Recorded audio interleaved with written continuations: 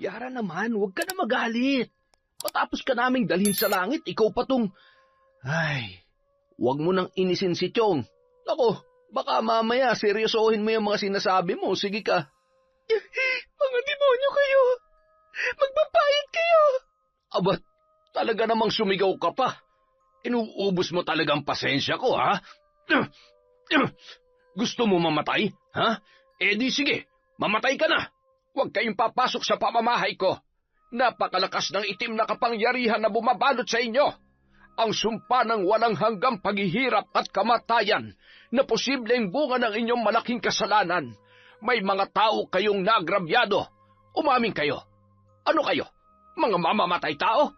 Hindi ako tumutulong sa mga halangang kaluluwa at higit sa lahat sa mga mapanlinlang at masamang tao na biktima ng barang. Hindi kakabit ang sumpang yan ng walang malalim na dahilan. Nakikiusap kami. Tulungan niyo po kami.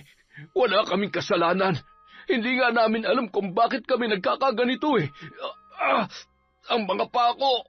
Ano nangyayari sa mga pako? At itong ano... maawa ka. Ibalik mo sa normal ang mga ito. Napakabigat at...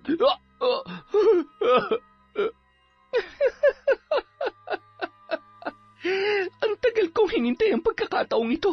Ngayon, hindi nyo na magagawa pang takasan ang mga kasalanan ninyo. Wala nang mas masaya pa na magdusa kayo sa loob ng kulungan habang nakakulong sa aking sumpa na magpapahirap sa inyo sa bawat segundo, bawat minuto, araw-araw. Taon 2010,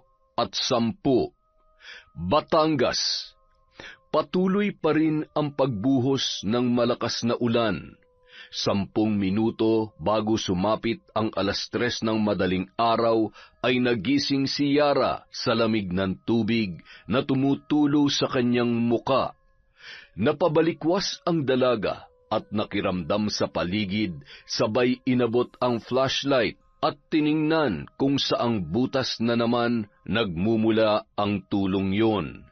Luma na at pinagtagni-tagni lamang ang yero na nagsisilbi nilang bubong at ang dingding naman ay yari sa mga lumang tabla at kawayan. Napakamot ulo na lamang ang dalaga nang makita ang panibago na namang butas sa kanilang bubungan. Ay, pambihira. Ang sarap-sarap pa naman sana ng tulog ko dahil malamig. Mamaya ako lang tatapalan yan. Nasaan na ba yung maliit na palanggana? Oh, ayan. Hindi ko alam kung saan inilagay ni tatay yung pantapal.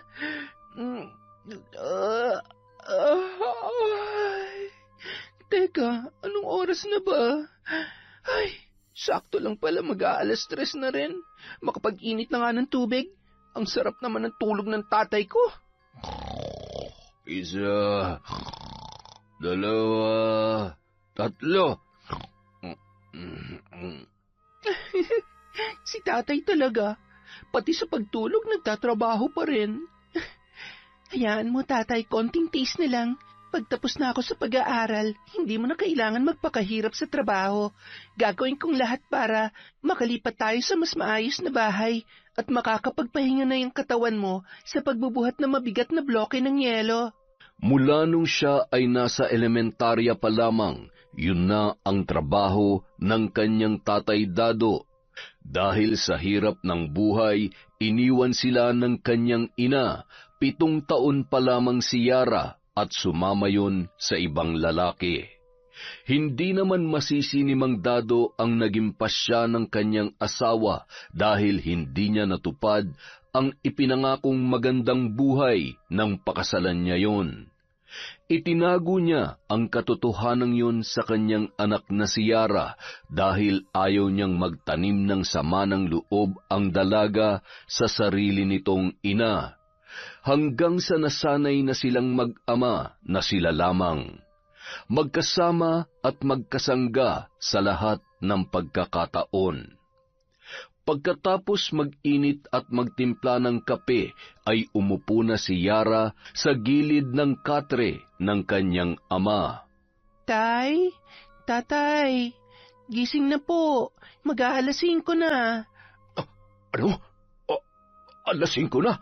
Bakit naman ngayon mo lang ako ginising? Malilintikan ako nito kay boss. Nakakahiya. Tatay naman, masyadong nervyoso. Nagbibiro lang po ako. Mag-aalas 3 pa lang. Natimpla ko na po yung kape nyo at binilhan ko na rin po kayo ng tinapay kagabi. Ubusin niyo po yon para may lakas kayo sa pagbubuhat. Hahatiran ko na lang din po kayo ng tanghalian mamaya. Wala naman pong pasok ngayon eh. Ay, pambihira kang bata ka, oo. Kinabahan talaga ako ng husto. Siya, sabayan mo na ako magkape. Sige lang po, tatay. Babalik pa po ako sa tulog pagkaalis ninyo. Late na rin po kasi ako natulog dahil tinatapos ko po yung project ko. Inaantok pa nga rin po ako eh. Nagising lang ako dahil sa bago na namang tumutulo sa bubong. Sandali lang ho, tatay ah. Ihanda ko lang yung damit nyo, bota, raincoat dahil umuulan. Mahirap magkasakit. Bawal ang magkasakit sa pamilyang to. Salamat, anak. Yung pantapal dyan sa butas ay nandoon sa lalagyan ko sa ilalim ng mesa. Sige po, ako na pong bahala, tay. Kayang-kaya ko na po yan. Wala naman talaga akong masabi sa kabaitan at kasipagan ng anak ko. Abay, ako na yata ang pinakamaswerteng ama sa balat ng lupa. Higit sa lahat, ikaw ang pinakamagandang dalaga dito sa lugar natin. Siyempre naman po dahil napakagwapo kaya ng tatay dado ko. Matapos maihanda ang kailangan ng kanyang ama, ay umupo yun sa may mesa habang naliligo naman si Tatay Dado. Tumitili-tili pa si Mang Dado sa sobrang lamig ng tubig. Nang makatapos yun, ay agad namang nagbihis ng kanyang damit pang trabaho. Paglingon niya sa may mesa, ay napansin niyang nakatulog na ulit si Yara at hindi niya na inistorbo pa. Nagising ang dalaga habang tinatanggal ni Mang Dado ang taling lubid ng kanilang pinto nang papaalis na yon. Ano ba at masyado namang mahigpit ang pagkakabuhol ng taling ito? Tay, aalis na po pala kayo. Ako na po, tatay. Hinihigpitan ko po talaga. Mahirap na. Baka mamaya may magtangkang pumasok na pusa at kainin yung tinapay eh. Siya, kaya naman pala. Naistorbo ko patuloy ang tulog mo. Okay lang po. Mag-iingat po kayo. Payakap naman muna sa mahal na mahal kong tatay. Basta pupunta lang po ako doon mamaya ha. Buti na lang, medyo humina na yung ulan. Ay, oo nga anak. O siya, aalis na si tatay. Mag-almusal ka na lang dyan, ha? Kumaway-kaway pa habang tinatanaw ang kanyang ama na naglalakad papalayo. Hindi naman kalayuan sa kanilang bahay ang pinagtatrabahuhan noon. Isinara niya ulit ang pinto, ngunit hindi niya na itinali dahil malapit naman ng magliwanag. Kumuha ang dalaga ng isang unan at tumungo sa may kusina. Doon ay muling nakatulog si Yara. Samantala, nang makarating naman si Mang Dado sa pagawaan ng bloke, ay agad niyang binuksan yon. Ipinagkakatiwala na kasi sa kanya ng boss nilang si Arnel ang susi ng pagawaan at maging ng bodega kung saan nakasilid ang iba pang mga kagamitan. Napapakamot ulo naman ang matanda habang inihahanda ang mga gamit sa paghahakot ng mga bloke papunta sa sasakyang ginagamit nila na nakaparada sa may tagiliran ng bodega. Sinimulan niya na rin ang pagkakalas ng bloke ng yelo sa hulmahan nito, ngunit wala pa rin ang dalawa niyang kasamahan sa trabaho na si Asyong at si Lito. Si Asyong ay kasabayan ni Mang Dado sa pagpasok sa nasabing trabaho mula pa nang magsimula ang negosyong yon ni Arnel. Si Lito naman ay pamangkin ni Asyong na dayo sa nasabing lugar. Palipat-lipat yon sa mga kamag-anak niya kaya wala ring permanenteng trabaho. Agad naman yung natuto sa tulong ni Mang Dado. Bukod sa mabait, natural na ang pagiging matulungin ng matandang lalaki kahit paminsan ay istrikto yon pagdating sa trabaho. Siya kasi ang lubos na inaasahan at pinagkakatiwalaan ng kanilang amo mula sa paggawa at pagde-deliver ng mga bloke ng yelo sa palengke. Siya rin ang humahawak ng pera at ireremit naman niya sa hapon bago siya umuwi sa kanilang bahay kung hindi nagagawi sa pagawaan si Arnel. Nung mga oras na yun, nag-uumpisa na sa pagkakalas ng bloke si Mang Dado. Nasa mahigit 50 bloke ang nade-deliver nila sa palengke araw-araw. Abat, napasarap yata ang tulog ni Asyong at Lito. Mangangalahati na ako rito ay hindi pa rin sila dumarating. Mukhang namimihasan na itong mga kasamahan ko. Ay, magandang umaga, Mang Dado. Ang aga nyo naman yata ngayon. Anong maaga alas 4 na. Sadyang huli lang kayong dumating. Kayo na maghakot nito papunta sa truck at nang makapag-deliver na tayo. Lito, mukhang inaantok ka pa. Alalayan mo yan si Asyong para walang mabitak na bloke ng yelo. Sige o. Relax lang, Mang Dado. Matatapos din to. Nagpatuloy sa pagkakalas ng bloke si Mang Dado at ang dalawa naman ay ikinakarga na sa truck na ginagamit nila sa pagde-deliver sa palengke. Gamit ang sliding board na yari sa kahoy ay mabilis namang naikakarga at baba ang mga bloke ng yelo. Buisit na matandang yan, napakayabang kong umasta. Akala mo naman ay siyang amo natin. Sinabi mo pa, tiyo, napipikon na nga ako eh. Konting-konti na lang, papatulang ko na yan eh. Abay, kalmahan mo lang. Baka naman mawalan tayo ng trabaho niyan. Alam mo namang sanggang dikit niyan si Boss Arnel. May oras din sa atin yan. Pasasaan ba't bibigay rin ng katawan niyan? Tumatanda na rin naman eh. Pagdating ng araw, ako nang pagkakatiwalaan ni Boss o di kaya ikaw. Kaya kapag nandyan si Boss, magpakitang gilas ka na. Tsaka sakyan lang natin si Tanda para hindi makahalata. Ayan, dahan-dahan Lito ha. Nagdadabog ka yata eh. Abay, huwag naman sanang sasama ang loob nyo kapag sinisita ko kayo. Ang akin lang naman ay pantay-pantay ang pinapasahod sa atin, kaya dapat ay pantay-pantay din ang trabaho natin. Isa pa, napapadalas na kasi ang... Pasensya na ho, Mang Dado. Hayaan nyo, mula bukas ay aagahan na namin.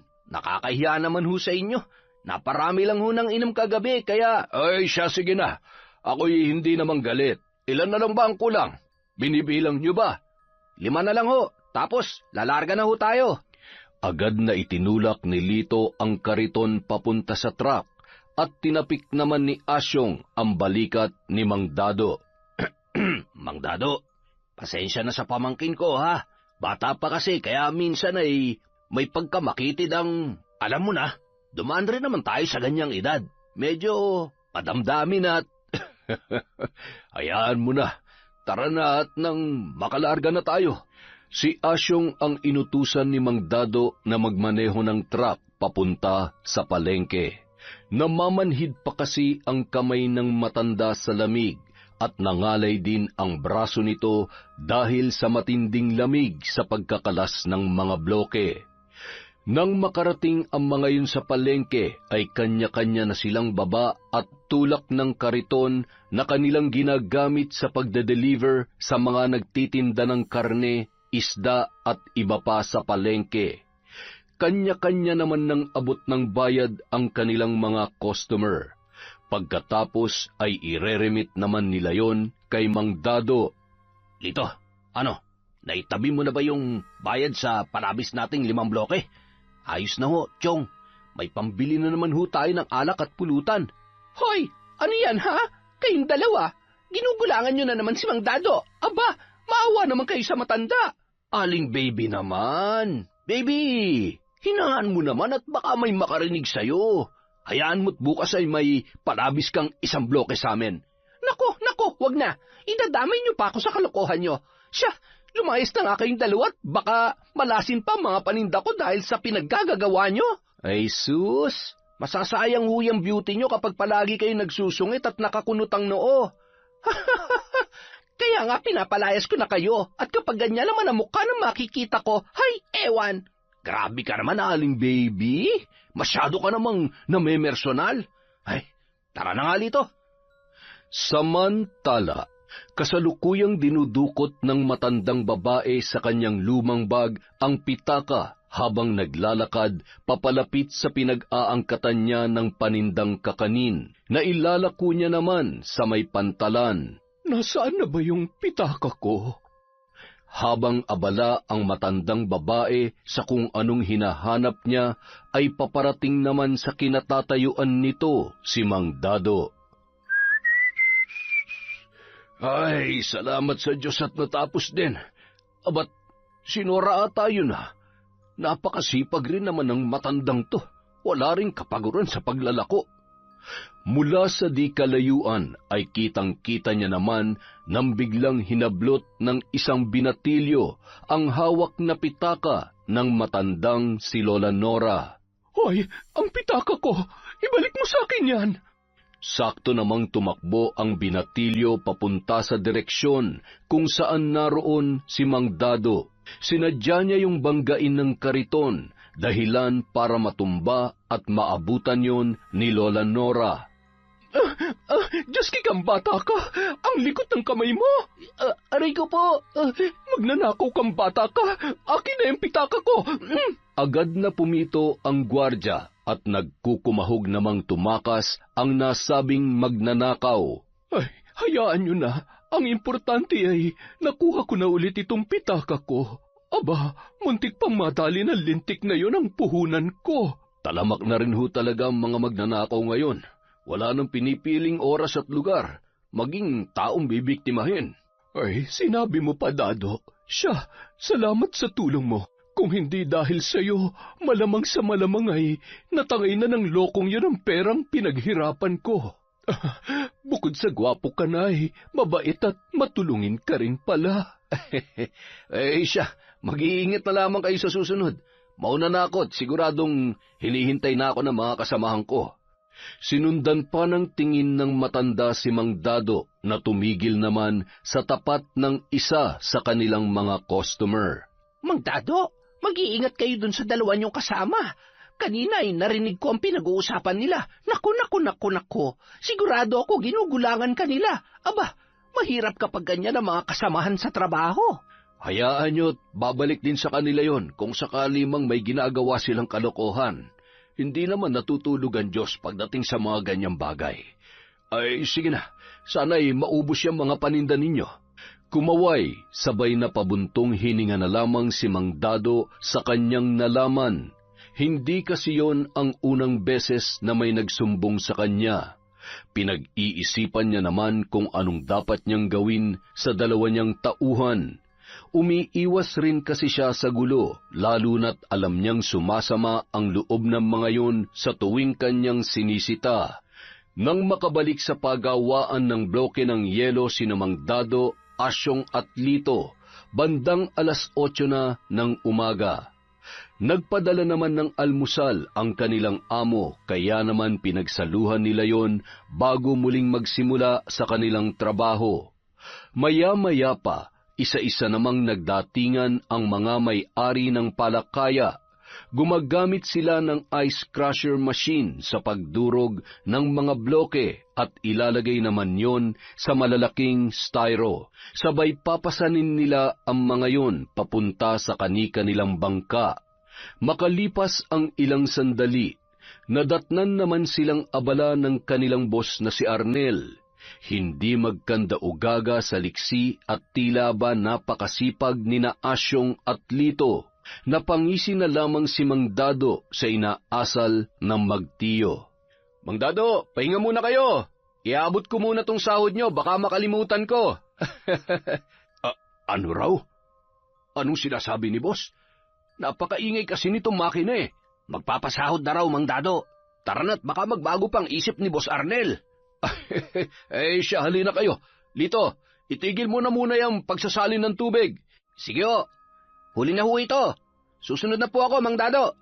Ilang sandali pa ay agad nang iniabot ni Arnel ang kani-kanilang sahod na nakalagay sa loob ng puting envelope. Agad naman nagpasalamat ang mga yon. Pakibilang na lang at baka kulang. Mang Dado, muntik ko na makalimutan. Pinabibigay ho ni Mrs. Kayara. pabaon daw ho at pambili ng kung anong kakailanganin niya sa school. Nabayaran ko na rin ho kahapon yung kabuuan ng tuition fee niya. Nako, maraming salamat po, boss. Malaking tulong po ito. Siguradong matutuwa na naman ang dalaga ko. Pakisabi na lamang po kay madam na maraming salamat. Walang anuman po yun, Mang Dado. Alam niyo naman kung gaano kami nagpapasalamat sa kasipagan at serbisyo niyo para sa amin. At saka mula nang pinag-aral namin si Yara ay mas lalo kaming sinuwerte mag-asawa. Nakikita rin namin kung gaano nagpupursige yung anak ninyo. Napakahusay ho sa klase kaya talaga naman hindi nakakapanghinayang na pag-aralin. Bigla namang nagkatinginan sina Asyong at Lito.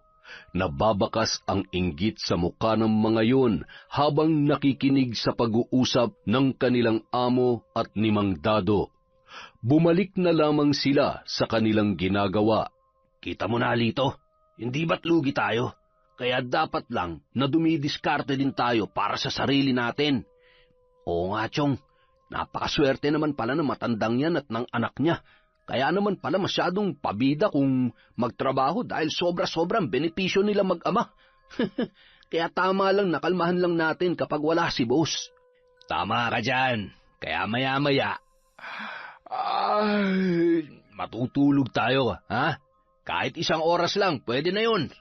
Nang makaalis si Arnel, ay agad namang nagpaalam ang dalawa kay Mang Dado na kakain na sila ng tanghalian.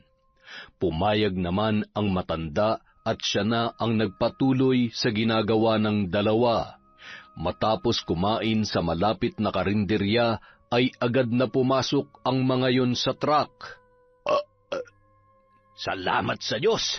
Grabe, busog na busog ako! Ay, makatulog na nga. Kayang-kaya na ni tanda yun. Bandang 12:00 ng tanghali ay pakanta-kantang naglalakad si Yara papunta sa kanyang tatay Dado. Bitbit niya ang tanghalian ng kanyang ama na siya mismo ang nagluto. Napakunot noon naman siya nang masilip sa loob ng truck sina Asyong at Lito na tulog na tulog. Aba, ayos ah. Tapos na ba sila sa trabaho? Siguradong dinuduga na naman ng mga ton tatay ko. Teka lang, babalikan ko kayo. Nagpatuloy sa paglalakad ang dalaga. Rinig na rinig niya ang pagbuhos ng tubig sa malalaking hulmahan ng bloke ng yelo at ang paghila ng mga bakal kapag isisilid na yon sa lalagyan. Napakasalbahe talaga ng mga yon. Mag-isa niyong pinagtatrabaho ang tatay ko. Mamaya kayo sa akin. Tatay! Tay! Yuhu! Nandito na po ako. Kain po muna kayo. Anak, sandali lang. Kanina ka pa ba dyan? Kararating ko lang po, tatay. Bakit ho? Mag-isa lang kayo dito. Nasaan yung mga kasama niyo? Sina Asyong at Lito. Kumain ng tanghalian. Siguro'y umuwi sa bahay nila. Kanina pang 11:00 yon. 12:00 na hindi pa rin nakakabalik. Nako, siguro po ay tinutunaw pa yung kinain nila. O baka naman po, nalunok na nila yung kutsara, kaya... Ikaw talaga. Hayaan mo na. Kayang-kaya ko naman to. Tapos naman ng dagsa ng mga customer. Mamaya ulit yan, mga 3:00. Sus, kaya nasasanay sila ng ganyan kasi hinahayaan nyo eh. Tay, kapag hindi mo sila sinita, mamimihasa ang mga yan. Maawa naman kayo sa sarili ninyo. Ayaw ko naman na nasusobrahan kayo sa pagod. Inaabuso na kayo ng mga yon. Huwag kasi kayo masyadong mabait. Umiiwas lang tayo sa gulo, anak. Sa sakit ng ulo. Nakikisama lang ako. Pero kapag sobra-sobra na, siyempre magsasalita rin ako. Isa pa, may nagsusumbong rin sa akin sa palengke tungkol sa kalokohan ng mga yan. Dinadaya nila ang bilang ng bloke para may kita sila maliban sa sahod nila. Ay. Kita nyo na? Naku, madadamay ka pa sa kalokohan ng mga yan. Hindi nyo po sila kailangan pagtakpan. Huwag nyong isipin kung anong mararamdaman nila. Kung mayroon kayong dapat isipin, di yung boss nyo na nagmamalasakit sa atin. Hindi yung mga tamad at magnanakaw naman pala. Gusto ko lang makasiguro. Mahirap namang maniwala sa sabi-sabi lang, kaya gusto kong ako mismo makakita. Sa bagay, Sige na po, kumain na kayo. Masarap yan, Tay, at paborito nyo yan. Ito po pala, Suman. Merienda nyo maya-maya. Binigay ho sa akin yan ni Lola Nora kanina. Aba, talaga namang nagkakasundo kayo ng matandang yun, ha? Opo, mabait po kaya siya. Tapos, naikwento niya nga po sa akin na tinulungan niyo siya kanina. Tay, pakiramdam ko. Yara, anak, pakainin mo muna ako bago mo ituloy ang sasabihin mo. Ay, nakong batan to baka masuka pa ako dyan. Sige po, kain na po muna kayo. Magpapahangin lang po ako sa labas at didiligin ko po yung mga halaman sa may tapat ng bodega.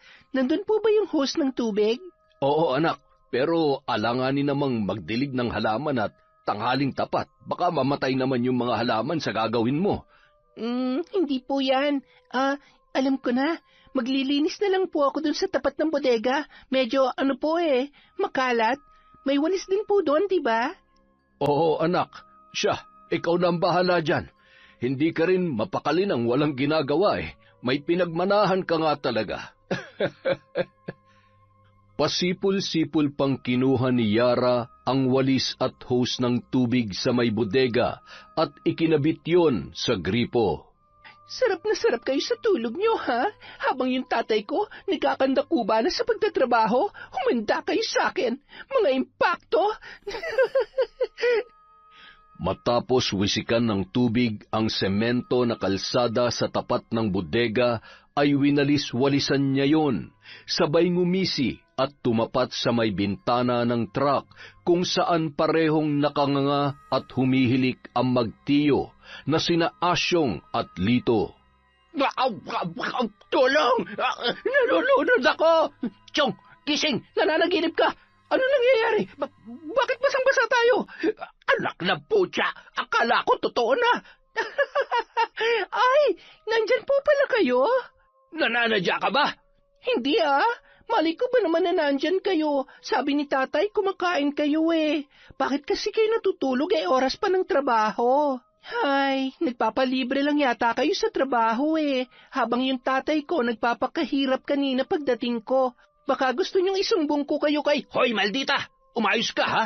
Itiko mo yung bibig mo kung ayaw mong... Ano, sasaktan niyo ako? Aba, bakit anong masama sa sinabi ko? Abusado kayo? Kung hinahayaan kayo ni tatay, pues ibahin niyo ako. Kaya ko kayong isumbong sa boss niyo. Abat, sip-sip ka rin pala, katulad ng... Oh, ano nangyayari dito? Oh, ano nangyari sa inyo? Basang-basa kayo. Tay, inaaway nila ako. Hindi ko naman sinasadya mabasa sila. Tay, alam niyo po ba na... Yara, huwag ka na magalit. Nagulat lang kasi si Chong, kaya... Mang Dado, kararating lang po namin. Nagpahinga lang po kami dito saglit. Hay, mga sinungaling. Hay nako, tatay, tapos ka na po bang kumain? Oo, tapos na anak. Kunin mo na yun at umuwi ka na. Nakataas na naman yung kilay mo, Napabuntong hininga na lamang si Yara at inirapan sina Asyong at Lito. Matapos makuha ang baunan na pinagkainan ng kanyang ama, ay nagpaalam na yon sa kanyang tatay. Tay, magpahinga ka rin muna bago magtrabaho, ha? Yung iba nga nakatulog na't humihilik pa kahit oras pa ng trabaho. Bye, Tay. Ingat kayo sa mga katrabaho nyo. Sa trabaho nyo pala. Napailing-iling na lamang si Asyong na nagpipigil ng inis sa dalaga. Ay, pagpasensyahan nyo ng anak ko. Ganyan lang yan magsalita pero mabait naman yan. Sinasabi niya lamang kung ano ang totoo at kung ano nakikita niya. Okay lang Mang Dado. Kapag nagsusungit ay lalong gumaganda yung anak ninyo. Si Chong kapag nagagalit ay umayos ka, uupakan kita dyan. Tama na yan. Balik na sa trabaho at mukhang napasarap nga ang tulog ninyo. Hindi naman na nakaimik pa ang dalawa, sabay napakamot na lamang sa kanilang mga ulo. Nang sumunod na araw, naging mas mahigpit si Mang Dado at hindi iwinawaglit ang tingin sa magtiyo. Sinabihan niya rin na siya na muna ang maniningil sa mga customer nila sa palengke. Masyadong mahigpit ngayon si Dado Nakakabwisit. Doble ingat na lang tayo, Chong. Ako nang sasaglit dun sa sukay natin. Matapos maningil ni Mang Dado, ay napansin niya naman si Lito na nagmamadaling pumunta sa may dulong parte ng mga nagtitinda ng isda. Sinundan niya yon at sumabay siya sa dumadagsang mga tao. Ayos! Salamat, boss! Sa susunod ulit! Akma nang ilalagay nun ang 500 sa kanyang bulsa nang biglang hawakan ni Mang Dado ang kanyang kamay. Mang Dado? Totoo palang sumbong sa akin ang mga suki natin dito. Ay, kailan niyo pa ginagawa to? Pasensya na, Mang Dado. Napag-utusan lamang po ako ni Chong. Paano kayo pagkakatiwalaan kung ganyan kayo? Napakabait ng amo natin tapos gumagawa kayo ng kalokohan. Tara na. Mang Dado, ako na hong nakikiusap sa inyo. Huwag niyo sana kaming isusumbong. Alam niyo naman ho kung gaano kaimportante sa amin ang trabahong ito. Umiling-iling at ngumisi lamang si Mang Dado sabay tinapik sa balikat si Lito. Mababakas sa muka ng matanda ang pagkadismaya sa mga kasamahan niya sa trabaho. Halos buong maghapon ay hindi umiimik si Mang Dado. Hindi rin sila kinakausap at hindi rin sila minamanduhan sa kung ano ang mga dapat nilang gawin, katulad ng nakagawian nito para masigurong maayos at mapapabilis ang kanilang trabaho. Habang naglalakad pa uwi pagkatapos ng trabaho ay agad namang sumagi sa isip ni Asyong si Mang Dado. Ano mang problema ni Dado? Hindi na nga umiimik ay nakasimangot pa. Sarap upakan. Nagtrabaho naman tayo na maayos kanina. Baka mamaya kung ano pang isumbong niya kay boss, makakatikim talaga siya sa akin. Chong, may problema tayo. Ano kasi, nahuli ako kanina ni Mang Dado. Alam niya na pala yung tungkol sa pagpapalusot natin ng bloke. Ano? Anak nang, napakabobo mo naman. Paano nangyari yun? Bakit naman hindi ka nag-iingat? Nalintikan na, oo. Sigurado magsusumbong ang sip-sip na yon. Yun nga rin ang inaalala ko eh. Ay, baka bukas wala na tayong trabaho. Subukan niya lang. Talaga namang makakatikim siya sa akin at siguradong may kalalagyan ng pagiging sip-sip niya. Kapag ako napuno, idadamay ko pati anak niya eh. Huwag naman, Chong. Tsaka, kasalanan naman talaga natin eh. Anong kasalanan? Dumidiskarte lang naman tayo. Masyado lang siyang pakialamero. Kung hindi lang naman siya bida-bida, ako dapat ang pinagkakatiwalaan ni Boss Arnel eh. Mas malakas at mas magaling naman ako sa matandang yon, no? Samantala, matapos namang iabot ni Mang Dado ang perang kinita nila ng araw na yon, ay napabuntong hininga ang matanda. May problema po ba, Mang Dado? Boss, ayaw ko sanang sabihin ito sa inyo, kaya lamang ay nakukonsensya po talaga ako. At hindi na rin po kasi tama. Mukhang nagiging abusado na sina Asyong at Lito. Inilahad ni Mang Dado ang mga kalokohan ng dalawa, dahilan para magalit ang amo nilang si Arnel. Napakaraming matino na pwede nating ipalit sa kanila. Kung sinabi niyo ng mas maaga yan ay di sana. Siniguro ko lang po muna, boss. Mahirap namang basta na lamang ako magsusumbong sa inyo dahil sa sabi-sabi ng ibang tao.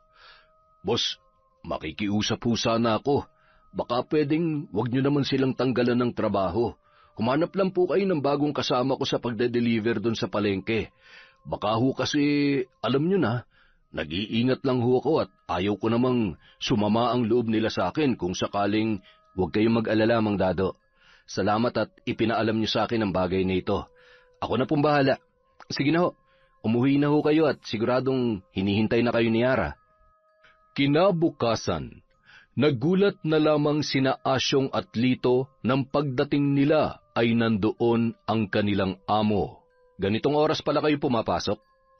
Hindi naman ho, boss. Nagkataon lang ho dahil... Sige na, magtrabaho na kayo. Sayang ang oras. Siya nga pala, may mga baguhang papasok bukas. Sila muna ang kasama ni Mang Dado sa pagde-deliver. At ako naman ang pipirmi at magbabantay dito. Gusto ko na rin mag-focus dito dahil mukhang napapabayaan ko na yata kayo dito eh. Tumangutango na lamang sina Asyong at Lito. Nababakas ang kaba sa muka na magtiyuhin. Nababatid din nila na nagsumbong si Mang Dado sa natuklasan nito. Buong araw nasa tamang oras at maayos na nagtrabaho ang dalawa, ngunit hindi sila nag-iimikan man lamang. Hayop ka talaga, tanda. Humanda ka sa akin. Masyadong matabil yung dila mo. Panira ka ng diskarte. Maghintay ka lang at susurpresahin kita. Nagkamali ka ng binangga. Nang sumunod na mga araw, napirmi na sina Asyong at Lito sa pagkakalas ng mga bloke at paghahakot sa truck. Pagkatapos ay sila rin ang nagsasalin ng tubig sa mga hulmahan. Yung dalawang baguhan ang naging kasakasama ni Mang Dado. Bagamat mabait si Mang Dado at masunuri naman ang mga bago niyang kasama, ay mabilis din yung natuto at nakasundo ng matanda sa pagde-deliver sa palengke. Pagkatapos mag-deliver ay umuuwi na agad ang mga yon at maghahanap naman ng ibang pag-e-ekstrahan. Makalipas ang 1 buwan, paunti-unti nang nagiging mas madali at mas magaan ang trabaho. Tila nakalimot na rin ang lahat sa kanya-kanyang init ng ulo, hanggang sa sumapit ang kaarawan ni Mang Dado. Umaga pa lamang ay nagpabili na ang boss nila ng 1 kahon ng alak at nangakong magbibigay ng lechon manok na pulutan. Ayos, Mang Dado. Mahal na mahal ka talaga ni boss. Natatakam na kami ni Lito sa lechon manok mamaya. Mukhang gagapang ho tayo pa uwi nito ah. Aba, ako'y kontrolado na sa pag-inom, kaya ako nang bahala sa kwento mamaya. Isa pa, magagalit ang anak ko. Hindi ho yun. Kaarawan nyo naman.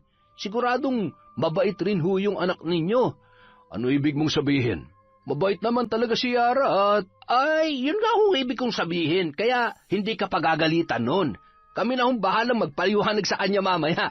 Di ba, Lito? Ay, nako. Hindi niyo madadaan sa paliwanag yung anak ko. At saka, ayaw niya ng lasenggo. Takot yun sa laseng dahil mula nang maliit pa siya, ay hindi naman talaga siya sanay na may umiinom sa bahay. At matagal naman na talaga akong hindi nakikipag-inuman. Lalo na nung nabubuhay pa ang misis ko. Siya, tapusin na natin ang trabaho at nang mamaya ay makapag-happy-happy na tayo. Oo naman, sisiguruhin namin yan, Mang Dado. Happy-happy tayo mamaya. Para naman hindi mo makalimutan ang kaarawan mong ito. Kinagabihan. Ay, nasan kaya si tatay? Anong oras na Wala pa rin siya. Malamig na tong pansit na niluto ko. Ay, hindi kaya... Baka nga umiinom sila. Naku, baka malasing yun. Buti pa, susunduin ko na. Habang naglalakad si Yara, ay natanawan yon ni Lito na noon ay umiihi sa may tagiliran ng bodega. Nagmamadali yung umihi pagkatapos ngumisi habang kinakawayan ang paparating na dalaga. Susunduin mo ng tatay mo, no? Malamang, alangan naman ikaw. Tatay! Tatay naman eh. Oy, Yara, ikaw naman. Birthday naman ng tatay mo, pagbigyan mo na. Anak, uuwi rin ako maya-maya. Huwag kang mag-alala, hindi ako magpapakalasing. Sige na, umuwi ka na at may pasok ka pa bukas. Huwag mong alalahanin si tatay, kaya kong sarili ko. Sigurado kayo, tay? Ay... Siya, sige, uuwi na ako. Huwag ka masyadong magpapagabi, kung hindi, babalikan kita dito. Ay, huwag na makulit. Huwag na ring lalabas at delikado. Baka mamaya ay may makasalubong ka pang luko-luko dyan. Ay, luko-luko? Yun na nga eh. Paano kung hindi mag-aalala ang mga... Ay, uuwi na nga lang ako. Baka kung ano na naman ang masabi ko. Basta tay, ingat kayo ha. Huwag niyong lalasingin ng tatay ko ha. Bagsak ang balikat na lumabas si Yara ng bodega, kung saan nag-iinuman ang tatay Dado niya at ang mga kasamahan nito sa trabaho. Sayang naman yung niluto ko. Tatay naman kasi, mas gusto niya pa talagang kasama yung mga pangit na yon. Ay, naantok na ako. Sigurado hindi ko na siya mahihintay pag-uwi niya. Pagdating sa bahay, agad niya nang itinali ang pinto at humiga na si Yara. Makatulog na nga. Gigisingin na lang ako noon pagdating niya, sigurado yon. Sa kabilang banda, matapos magpaalam ng 2 baguhan, ay naiwan naman ang 3 sa bodega. Sige lang, mandado. Tagay pa. Kailangan maubos natin to. Mas lasing, mas masaya. Hindi ba, Lito? Yan. Tagay pa. Ay, ako? Malalasing nyo? Nako, malabong mangyayari yan. Malilintikan na sana ko. Baka hindi ako pagbuksan ng pinto nun. Ayos, lasing na si Tanda. Siguradong maisasagawa na namin ni Chong ng maayos ang plano namin. Hindi na ako makapaghintay, Yara. Mang Dado, huling tagay na to. Huy, abat. Yari ka sa amin ngayon. Gamit ang susi ng matanda, isinara ng magtiyo ang bodega. Pinagtulungan naman nila ang matanda na isakay sa likod na bahagi ng truck at inilagay ang susi sa bulsa noon. Itinali rin nila ng lubid ang kamay at paa ni Mang Dado, sabay tinakpan ng makapal na trapal. Humahalakhak pa ang magtiyo sa kanilang ginawa kay Mang Dado at nagmamadaling umalis ang mga yun. Samantala, bandang 12:00 ng gabi, nagising si Yara nang may marinig na mga yapak sa labas ng kanilang bahay. Naamoy niya rin ang halimuyak ng alak na nagmumula sa labas. Bumangon naman siya nang marinig ang mahinang boses na tumatawag sa kanyang pangalan. Yara, buksan mo tong pinto. Ang tatay mo, lasing na lasing. Bilisan mo, napakabigat. Naku po, yun na nga bang sinasabi ko eh. Sandali lang, tatay naman kasi eh. Hindi maaninag ng dalaga ang mga taong nasa labas dahil madilim ang paligid. Agad niyang tinanggal ang tali ng pinto dahil gamay na gamay niya na yun.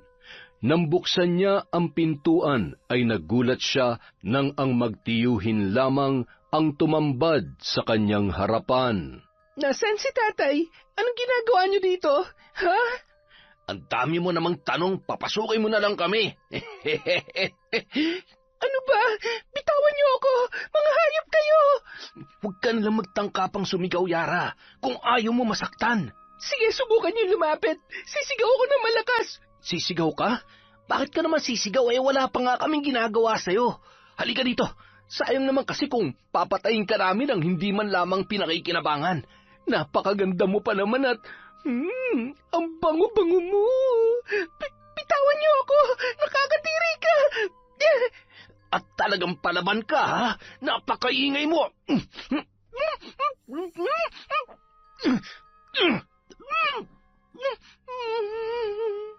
Kasabay ng pagtulo ng luha ng dalaga ay ang pagsigaw niya sa kanyang isipan. Habang walang awa siyang pinagsasamantalahan nina Asyong at Lito, pilit siyang humihingi ng saklolo sa kanyang tatay na nung mga oras na yon ay hindi pa rin nagigising sa labis na kalasingan. Matapos pagsawaan ng dalawa ang dalaga na noon ay wala ng saplot, nang hihina at tila ba gusto na lamang matapos ang kanyang buhay nung mga oras na yon, dala ng pandidiri at awa sa kanyang sarili.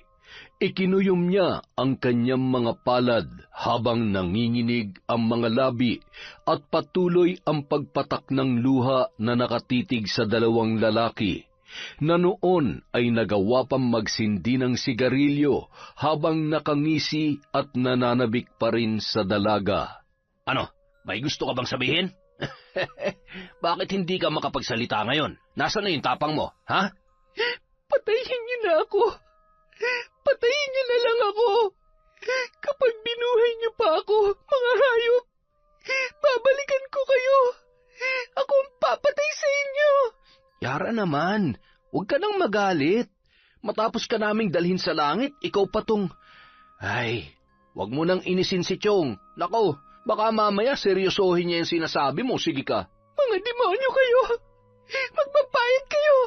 Abat, talaga namang sumigaw ka pa? Inuubos mo talagang pasensya ko, ha? Gusto mong mamatay, ha? Eh di sige, mamatay ka na. Huwag kang mag-alala, susunod rin ang tatay mo sa pangalawang buhay dahil sa labis na lungkot ng iyong pagkamatay. Chong, tama na yan. Tara na. Lintik, baka matuluyan pa yan. Anong gagawin natin dyan? Kapag nabuhay pang malditang to, siguradong ikakanta tayo nito. Kaya mabuti pa. Sakto. May laman ba yung drum na yan? Meron, Chong. Umalis na tayo. Tama na yan. Tumakas na tayo. Baka mamaya nagising na si Tanda o baka may makakita pa sa atin. Tanga, huwag kang anduwag.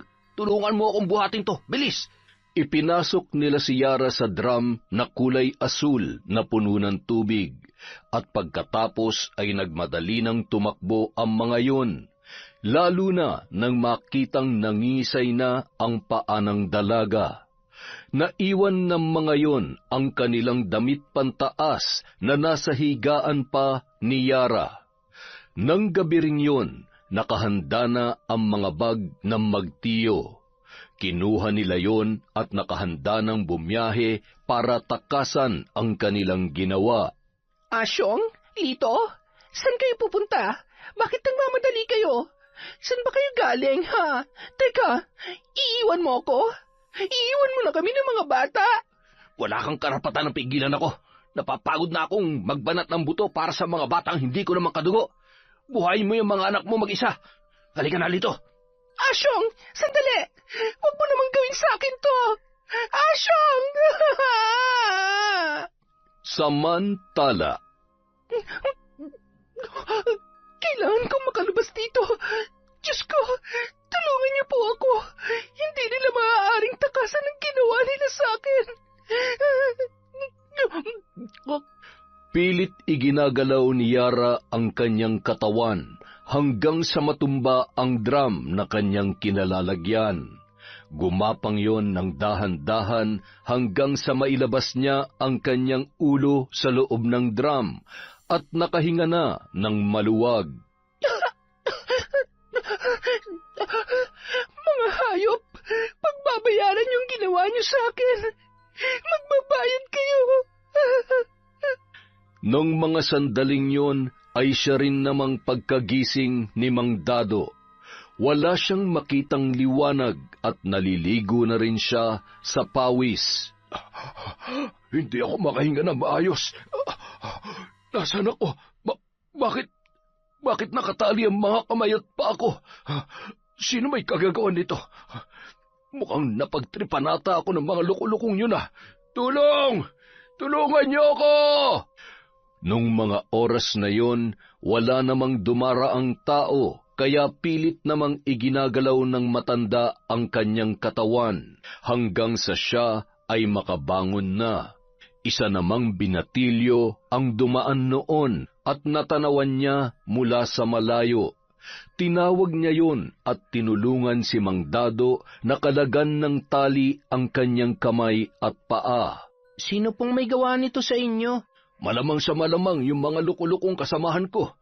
Sila naman ang huli kong kasama eh. Nako, anong oras na ba? Sigurado nag-aalala na ang anak ko. Siya, salamat sa tulong mo, iho. Kailangan ko munang umuwi sa bahay. Wala talagang magawang tama itong sina Asyong at Lito, oo. Ay, kaawaan nawa kayo ng Diyos sa mga pinagagagawa ninyo. Habang naglalakad si Mang Dado, ay may 3 kalalakihan na tumatakbo papalapit sa kanya at natatanawan niya rin ang iba pang mga tao na nasa tapat ng kanilang bahay. Mang Dado, buti na lang ho, umuwi na kayo. Bilisan niyo na ho dahil ano ba nangyayari? Bakit nagkakagulo sa tapat ng bahay? Si Yara ho. Ano nangyari sa anak ko? Napatakbo habang nanginginig ang buong katawan dahil sa takot na nararamdaman niya nung mga sandaling yon. Nadatnan niya ang ilang mga kababaihan sa loob ng bahay na siyang nag-aasikaso kay Yara. Ang tanging nakapulupot sa katawan ng dalaga ay ang kumot nito. Basa at magulo ang buhok. Nanginginig pa rin sa lamig at takot. Mababakas sa muka at braso ang mga pasa at sugat na nagpapatunay ng matinding pinagdaanan. Sino may gawa nito? Yara, anak, magsalita ka. Sino may gawa sa nito? Tay, bakit ngayon ka lang? Pinagsamantalahan nila ako, Tay. Sinong gumahasa sa iyo? Patawarin mo ko, anak. Patawarin mo si tatay. Papatayin ko kung sino man ang may gawa nito sa iyo. Magbabayad sila. Nang mabaling ang tingin ni Mang Dado sa mga damit na nasa katre ng kanyang anak, ay mas lalong nandilim ang kanyang paningin sa galit. Kinuha no ng itak at tumungo sa bahay ni na Asyong.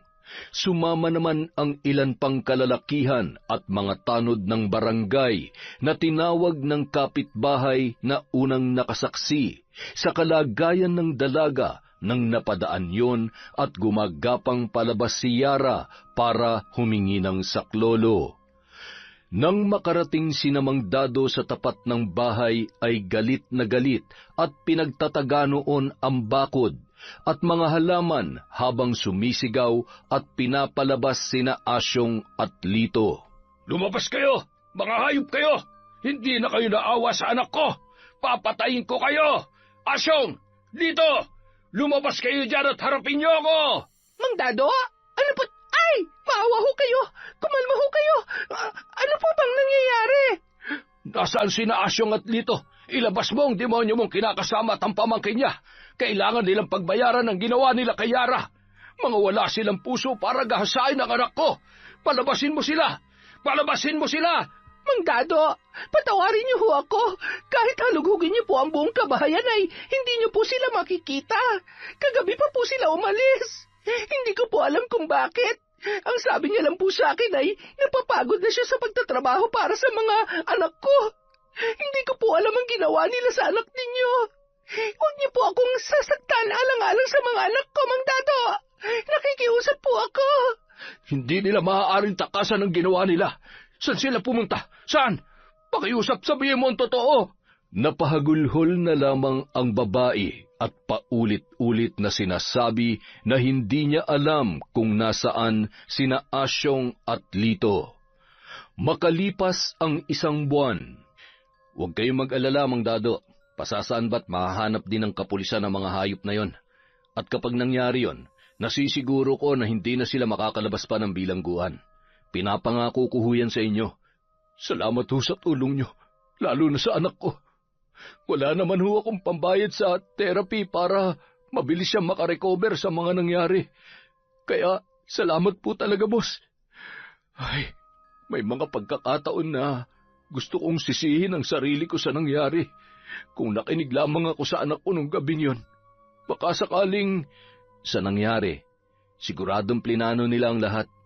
Iba talagang takbo ng utak ng mga yon at nagkamali tayo na pinagkatiwalaan natin sila, Mang Dado. Huwag niyo sisihin ang sarili niyo. Hindi niyo ginusto ang nangyari. Ang mahalaga, hindi tayo tumitigil na mabigyan ng hustisya ang ginawa nila kay Yara. Makakaasa kayo na hanggang sa dulo ng laban niyo para kay Yara, sasamahan namin kayo. Nandito lang kami mag-asawa para sa inyo. Hindi namin kayo pababayaan. Hindi naman mapigilang maluha ni Mang Dado, lalo na nang yakapin yun ni Arnel. Sa tagal ng pinagsamahan ng dalawa, ay itinuring niya na ang matanda na parabang sarili niyang ama. Hindi lamang yon, napamahal na rin ng husto si Yara sa kanilang mag-asawa. Sa kabilang banda, sigurado ka bang hindi tayo mananagot sa tatay mo nito? Baka naman isumpa ako nun kapag nalaman niya na ako ang pasimuno sa lahat ng ito. Naku, mahirap na.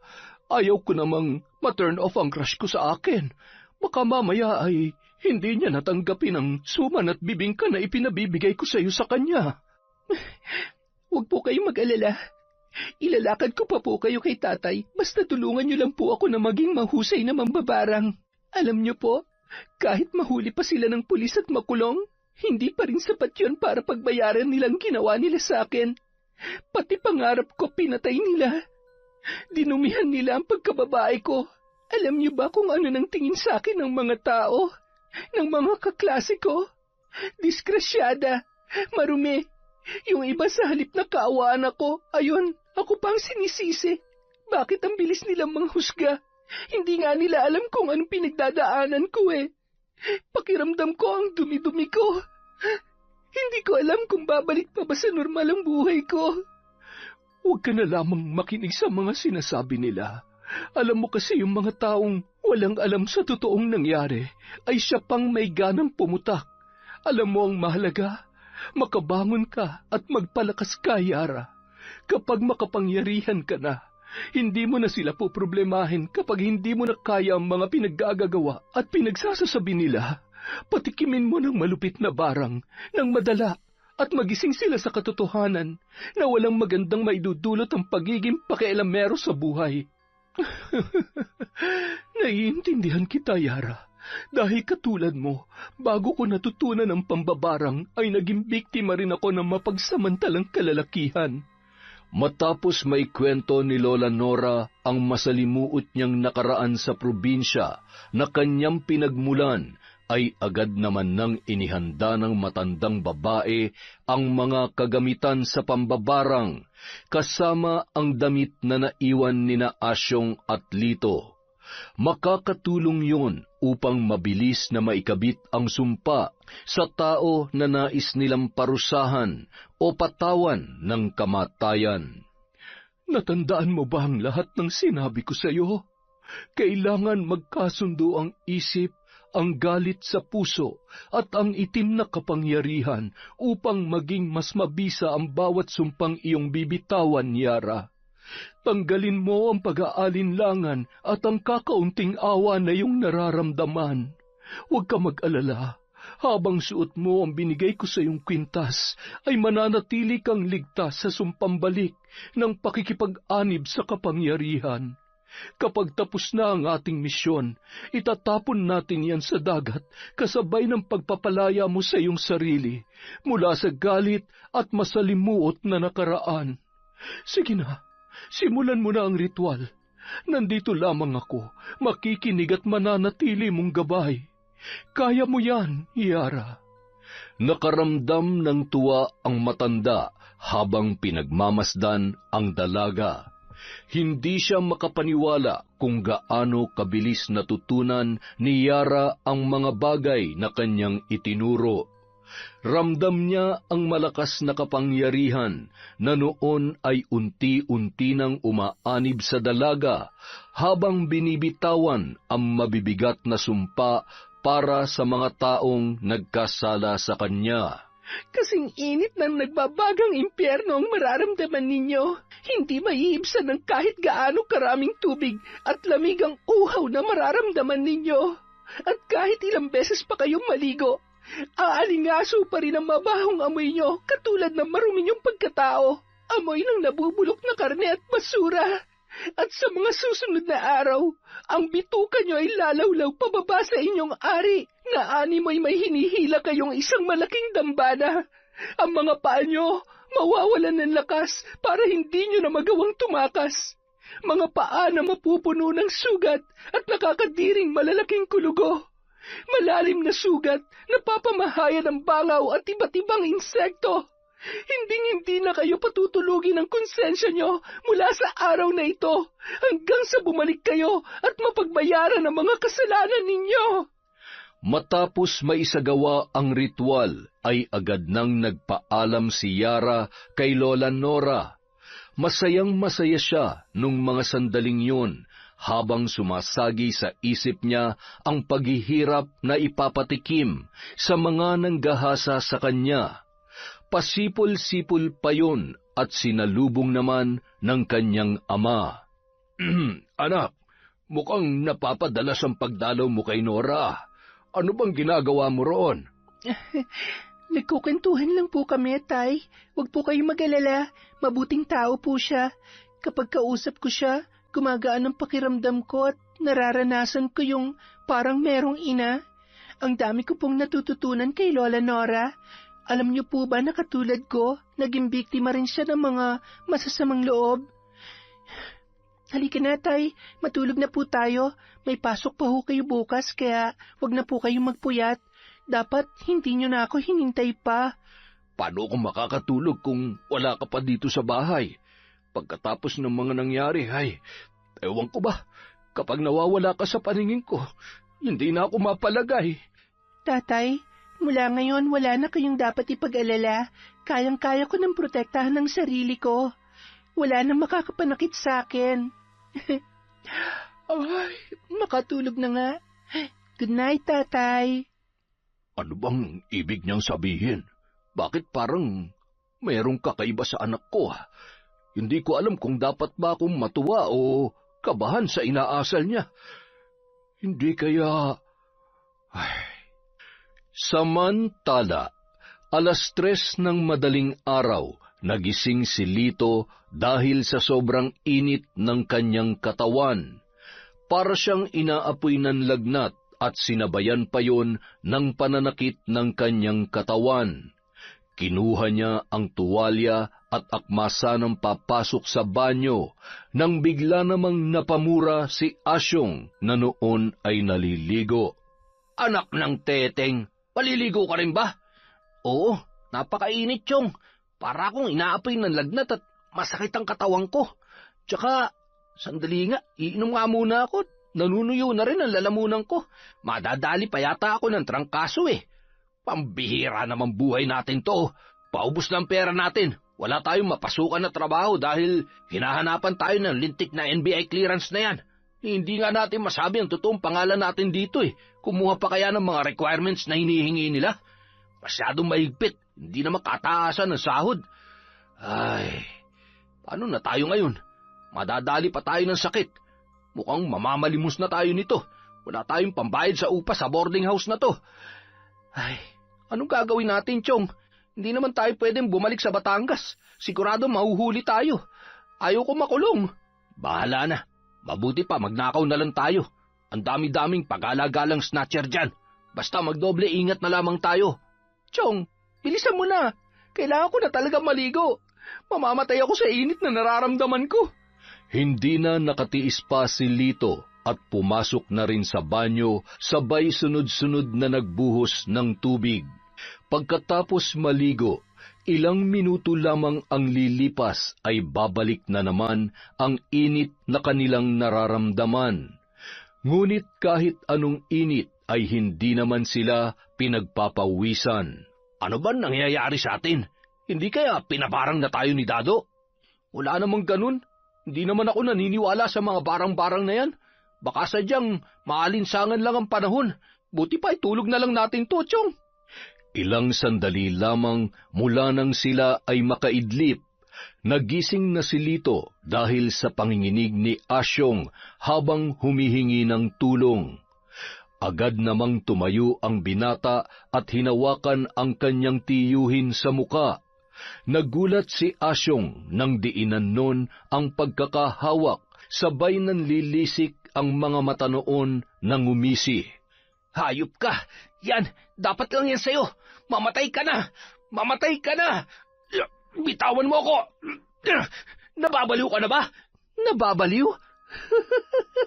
Hinding-hindi ko makakalimutan ang ginawa mo sa akin. Kaya halika dito! Walang kasing lakas na hinila nun ang nanghihina at lamig na si Asyong at dinala yon sa banyo. Hinawakan niya sa ulo si Asyong at paulit-ulit na inilulublob ang ulo sa isang malaking timba na punong-puno ng tubig. Tama na! Lintik ka! Papatayin mo talaga ako, ha? Pwes, uunahan na kita! Chong, bawa ka! Nang makita ni Asyong ang dugo sa ulo ng pamangkin, ay bigla siyang natauhan. Maya-maya, napalingon silang pareho nang biglang bumukas ang pinto ng banyo at nakita nila ang isang babae na duguan ang muka, humahalakhak, sabay itinuro silang dalawa. Mamamatay kayo! Mamamatay kayo! Pagbabayaran niyo ang lahat, tandaan niyo yan! Hinawakan sila sa leeg ni Yara at walang kasing lakas na sinasakal ng walang kalaban-laban, katulad ng ginawa nila sa dalaga hanggang sa nawalan sila ng malay. Ngunit ang kahindik-hindik na mga bulong sa tenga ay kanila pa ring naririnig. Kinaumagahan, nagtataka sila nang magising sa loob ng banyo. Nakasubsob pa ang muka ni Asyong sa maruming inidoro. Buwak! Anong ginawa mo sa akin, ha? Anong ginagawa natin dito at... Teka, bakit ka umiyak, ha? Chong, nakita mo ba siya? Sabihin mo, nakita mo rin siya, hindi ba? Buhay pa siya. Buhay pa si Yara at papatayin niya tayo. Tama ka. Papatayin niya tayo. Pero bago niya magawa yun, kailangan natin gumawa ng paraan. Mukhang tama ang hinala ko dito. Binabarang tayo. Alam ko dahil minsan nang napaglaruan ng mga hayop na mambabarang ang tatay ko noon. Paano? Saan tayo maghanap ng albularyo sa lawak nito, Maynila? Isa pa, wala na nga tayong pera, di ba? Kailangan natin umuwi ng Batangas. Doon may kakilala kong albularyo na makakatulong sa atin. Kailangan matanggal ang barang na ikilabit sa atin, kung hindi, pareho tayong mamamatay. Ibang gumanti ang mga mambabarang. Ibig sabihin, si Yara, mambabarang? Hindi ko alam at hindi na importante pa kung siya nga o kung may inutusan siya. Ang kailangan natin ay mapawalang bisa ang sumpa bago pa mahuli ang lahat. Ibenta natin ang mga natitira nating gamit dito. Basta may pamasahe lang tayo at saka na lang ulit tayo didiskarte pagbalik natin dito sa Maynila. Sa karatig bayan naman yon, kaya hindi naman siguro tayo mahuhuli ng kapulisan. Kinahapunan, matapos maibenta ang ilan nilang kagamitan para sa kanilang pamasahe at makabayad sa renta sa kanilang pansamantalang tirahan, ay bumiyahe na sina Asyong at Lito, papunta sa lugar ng albularyo na natitiyak nilang makakatulong sa kanila. Sa kabilang banda, habang nagwawalis si Lola Nora sa tapat ng kanyang bahay, ay napatigil yon nang makita si Mang Dado na noon ay papasok sa kanyang tarangkahan. Ay, Diyos ko po, bakit ba naman ako kinakabahan ng ganito? Ano kayang pakay niya rito? Aakyat na ba ng ligaw itong si Dado? Ay, masyado ka naman yatang masaya, Nora. Didiretsahin na kita. Nandito ako para tanungin kung... Ikaw naman, kailangan mo pa bang tanungin kung gusto kita? Alam mo naman siguro yon mula pa nung una tayong nagkita, Dado. Naalala mo pa ba? Ay, Jesus Mariosepo, kilabutan ka nga sa sinasabi mo, Nora. Ano ka ba naman? Matatanda na tayo ay... Ang ibig kong sabihin ay ang tungkol sa pagpunta-punta rito ni Yara. Nararamdaman ko na may kakaiba kayong ginagawa dahil nitong mga nakaraan ay... may nagbago sa kinikilos niya. Sabihin mo nga sa akin, ano ba talagang nangyayari sa kanya? Nakakainis ka naman, Dado. Siya, sasabihin ko na. Tinuruan kong mambarang ang anak mo dahil bukod sa mapilit siya, ay dapat lamang yun para makaganti siya sa mga manyakis na yon. Huwag ka mag-alala. Hindi siya mapapahamak dahil ang kwintas na pinasuot ko sa kanya ang magsisilbing proteksyon niya. Isa pa, alam ko ang ginagawa ko at hindi ko siya pababayaan. Siguruhin mo lamang, Nora, dahil kapag may nangyaring masama sa anak ko, hindi ko alam kung wala kang magandang sasabihin, umalis ka ng gurang ka. Sige na, masyado ka nang mapanakit ng damdamin. Barangin kita dyan eh. Kahit barangin mo ako, hindi pa rin ako makakapayag sa gusto mo. Akala mo ba hindi ko alam na sinusuhulan mo ang anak ko? Hindi ko ipagpapalitang na mayapa akong misis sa isang mambabarang. Che, umalis ka na. Akala mo ba pipigilan kita? Kung hindi pa ako tumanda ng ganito, hindi sana ako mabobroken-hearted. Samantala, bandang 7:00 ng gabi, pagtapak pa lamang nina Asyong at Lito sa may pintuan ng bahay ng albularyo, ay namilipit ang mga yon sa sakit ng kanilang tiyan. Naramdaman nila ang pagbaba ng kanilang tiyan at pagbigat ng ibabang parte ng kanilang katawan. Agad na gumapang ang mga yon at pinaghampas naman ng albularyo ng buntot pagi, kaya napapahiyaw sa sakit ang dalawang lalaki. Huwag kayong papasok sa pamamahay ko. Napakalakas ng itim na kapangyarihan ng bumabalot sa inyo. Ang sumpa ng walang hanggang paghihirap at kamatayan na posibleng bunga ng inyong malaking kasalanan. May mga tao kayong naagrabyado. Umamin kayo. Ano kayo? Mga mamamatay tao? Hindi ako tumutulong sa mga halangang kaluluwa at higit sa lahat, sa mga mapanlinlang at masamang tao na biktima ng barang. Hindi ikakabit ang sumpang yan ng walang malalim na dahilan. Nakikiusap po kami. Tulungan niyo kami. Wala kaming kasalanan. Hindi nga namin alam kung bakit kami nagkakaganito eh. Ang mga paa ko. Ano nangyayari sa mga paa ko? At itong ano ko, maawa ka. Ibalik mo sa normal ang mga ito. Napakabigat at... Chong, hindi ko na kaya. Ang sakit. Tama na. Yara, kung ikaw man na nagpapahirap sa amin ni Chong, maawa ka. Susuko na kami. Huwag mo naman kaming pasakitan ng ganito. Ang sakit. May mga sugat at kulugo. Chong, ang mga paa natin. Diyos ko, amang mahabagin. Anong gagawin ko sa mga taong ito? Buhay pa nangabubulok na. Mga hilayo pa kayo. Pauna pa ako mamatay dahil sa amoy ninyo. Sobra-sobra ang galit na may gawa nito. Mga halang siguro ang kaluluwa ninyo. Gumapang ang magtiyuhin papunta sa kubo, kung saan doon ay sinubukang bigyan ng pansamantalang lunas ng albularyo sina Asyong at Lito. Habang natutulog ang dalawang lalaki, ay isang ritual ang isinasagawa ng albularyo upang makipag-ugnayan sa mambabarang na si Yara. Kinaumagahan. Hoy! Magsigising kayo! Ay, Diyos ko! Ang mga sugat nyo sa paa! Tingnan nyo! Punong-puno ng itlog ng langaw! Yung mga bunganga nyo, nagkabitak-bitak na yan na parang naipit na mga galamay ng alimasag. Ay, inumin nyo itong kape at sa tingin ko maya-maya matatapos na ang problema ninyo. Alam nyo kasi sa totoo lang, ang gamot dyan ay ang itama nyo o pagbayaran ng ginawa nyong kasalanan. Kaso ang hilig ninyong tumakas sa katotohanan, kaya ayan.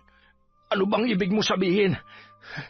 Alam mo, kagabi ka pa Kung di mo kami kayang gamutin, dapat sinabi mo na. Hindi yung dinadaan-daan mo pa kami sa paganyan-ganyan. Ilang ulit ko bang sasabihin sa iyo na hindi kami masamang tao? Hindi mo ba nakikita ang kalagayan namin? Kami ang biktima rito. Sige, patunayan mo yan. Maya-maya, nagkahulan ang mga aso, sabay pumasok ang ilang kapulisan at pinusasan sina Asyong at Lito, na noon ay tila ba umigsi ang dila, hindi man lamang pumalag at nagsalita para ipagtanggol ang kanilang sarili. Samantala, ang tagal kong hinintay ang pagkakataong ito. Ngayon, hindi nyo na magagawa pang takasan ang mga kasalanan ninyo. Wala nang masasaya pa na magdusa kayo sa loob ng kulungan habang nakakulong sa aking sumpa na magpapahirap sa inyo sa bawat segundo, minuto, araw-araw. Ay, ang sarap sa pakiramdam. Makalipas ang isang araw. May bisita kayo. Mang Dado, patawad po. Patawarin niyo po kami. Kayo lang po ang makakatulong sa amin. Mambabarang ho ang anak ninyo. Siya ang dahilan kung bakit nagkakaganito kami. At bakit ko naman kayo tutulungan, ha? Pagkatapos ng ginawa niyo sa anak ko, kaawaan ko kayo? Kung hindi ko lang pinipigilan ang sarili ko at kung hindi masamang pumatay ng tao, gustong-gusto ko na kayong saktan at patayin. Pinagkatiwalaan ko kayo, mga traidor.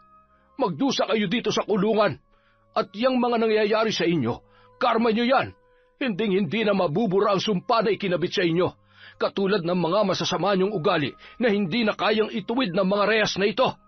Dado, hayop ka. Palabasin mo ako dito. Ayaw ko pa mamatay. Dado, kapag ako nakalabas dito, babalikan ko kayo ng anak mo, mambabarang. Tandaan mo yan. Saksakan ng sama ang ugali mo. Nabubulok ka na't lahat. Masyado ka pa rin matapang. Kinagabihan, nadatnan ni Mang Dado si Lola Nora na nagluluto ng hapunan. Masayang-masaya si Yara ng mga sandaling yun. Mga ngiti na minsan lamang makita ng kanyang ama. Nababatid niya kung gaano kalaking kasiyahan ang naibibigay ni Lola Nora sa dalaga. Mukhang masarap yang niluluto niyo ah. Ang bango. Matagal pa ba yan? Malapit na ho, Tay. Kakain na ho tayo. Nanay Nora, dito na ho kayo kumain, ha? Nako, hindi na. Uuwi na pati ako, iha. Pasensya ka na. Alam mo naman, ayaw ko namang masira ang gabi ng tatay mo. Mukhang pagod pa naman. Tama si Yara. Nandito ka na rin naman. Dito ka na lamang kumain. Siya nga pala. Tungkol sa mga sinabi ko nung nakaraan. Pasensya ka na. Kalimutan mo na sana yon. Huwag ka na sanang magtampo. Nanay Nora, narinig niyo naman po, di ba? Sabi ko sa iyo eh. Siya, maupo na po kayo at maghahain na ako. Tatay, kumusta ho ang lakad niyo? Ayos naman anak. Para akong nabunutan ng tinik na makita sila sa loob ng kulungan. At maliban sa mukhang malubha na nga ang kalagayan nila, doble talaga ang kabayaran sa ginawa nila sa'yo. Anong doble? Kulang pa nga yun. Mga taong hindi marunong tumanggap ng pagkakamali. Tatakas at tatakas sa kanilang kasalanan. Basta ngayong nakakulong na sila, kung maaari ay itigil nyo ng paggamit ng itim na kapangyarihan na yan. Kapag naiisip ko kinikilabutan ako. Mas maigi nang mamuhay tayo ng normal. Kahit pa may proteksyon si Yara hindi natin may pagkakaila na isa pa rin niyang malaking kasalanan. Huwag po kayo mag-alala, Tay. Yan naman po ang usapan namin ni Nanay Nora. Hindi po ba, Nay? Bakit nanay na ang tawag mo sa may reklamo ka ba? Pumunta ka sa barangay. Kung hindi mo ako tanggap bilang ina niya, bahala ka dyan. Basta kami masaya bilang mag-ina. Kung gusto mong manatiling masaya at mabuo ang pamilyang ito pambihira naman oo. Kayong dalawa ha, pinagkakaisahan niyo talaga ako. Kumain na nga lang tayo para kayong laging nalilipasan ng gutom Masarap pa. Teka, wala naman sigurong gayuma to, no? Konting-konti na lang kapag naubos ang pasensya ko sa'yo. Gagayumahin talaga kita. Ang hirap mo namang ligawan, masyado kang pakipot. Nako, Yara, mukhang nagkaka-wrinkles na yata ako at namumuti na lalo ang buhok ko sa kakaasa dito sa tatay mo. Hindi ko malaman kung sadyang takot sa babae o baka binabae na yan, ha? Binabae pala, ha? Yari ka sa akin mamaya. Teka, maiba ko. Yara, gusto mo bang makita ang mga... Hindi na po, Nanay. Tama na hong nakakulong sila. Hindi ko na po pinangarap na makita ang kahit aninuman lang nila. Gusto ko na hong tuluyang makalimutan ang lahat ng ginawa nila sa akin. Ibabalik ko na ho yung dating ako. Kasama kayo ni Tatay. Aabutin ko pa rin ang mga pangarap ko. Hindi magiging hadlang ang pinagdaanan ko para matupad ko pa rin ang lahat ng mga nasimulan ko noon. Ngayon pa ba? Bukod sa may mabait at pogi na akong tatay, may Nanay Nora na rin po ako. Tapos, si Tito Arnel at ang asawa niya. Marami kayong naniniwala at nagmamahal sa akin, kaya wala akong karapatang sumuko.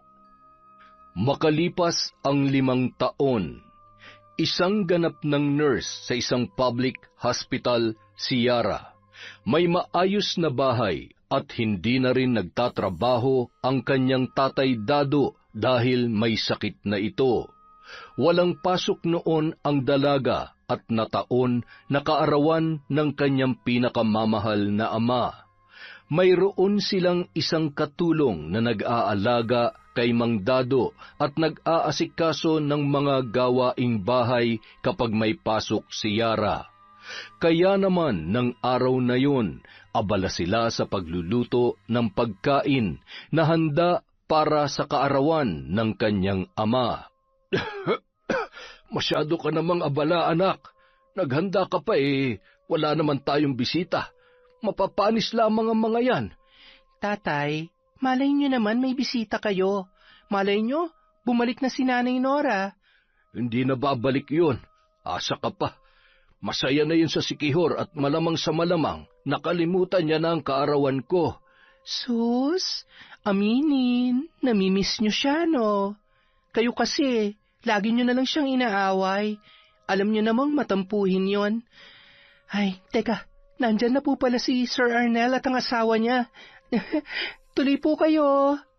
Maligayang kaarawan, Mang Dado. Napakagandang lalaki niyo pa rin po kahit hindi na tayo makapagbuhat ngayon. Magpalakas kayo at nako, hindi pa tayo nagkakapo dito kay Yara at mukhang wala rin yatang boyfriend. Ay, wala pang ipinapakilala. Siguro takot makaliskisan.